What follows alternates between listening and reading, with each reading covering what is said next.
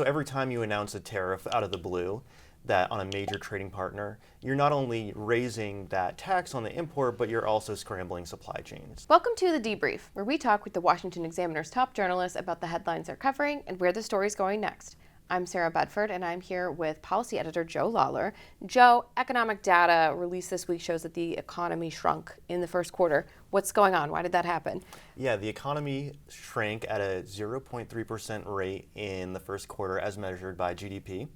And that is sort of the first serious warning sign about the possibility that the Trump agenda could go badly awry, right? So Trump came into office promising a golden age, and a shrinking economy is not a golden age. That's more in terms that when you're talking about a shrinking economy, you're thinking in terms of a recession, not a golden age. So that's not a good sign, and obviously the White House will be trying to reverse that in the months ahead. The problem is that if you look at the report, it seems pretty clearly that the big impact that was driving this was Trump's tariffs. Is the damage reversible, or has the tariff agenda, the threats of them, already shaken up trade relationships such that in a recession at this point, some analysts are saying it's kind of inevitable. But is it? Right. So every time you announce a tariff out of the blue that on a major trading partner, you're not only raising that tax on the import, but you're also scrambling supply chains, which can create problems months or years down the road.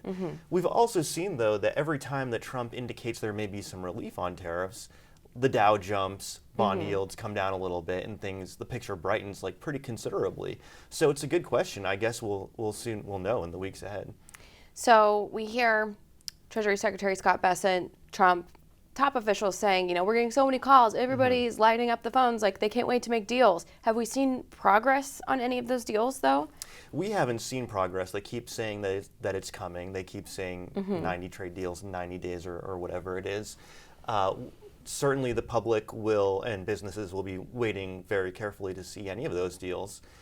But yeah, that's all TBD. And as you said, we had deals in place with a lot of countries. We had trade arrangements in place with everyone in the world, and meaning businesses had patterns of trade. They had suppliers in Asia and South America or wherever it is. These supply chains are now being scrambled by the Trump administration, and that's really the problem that they're looking at.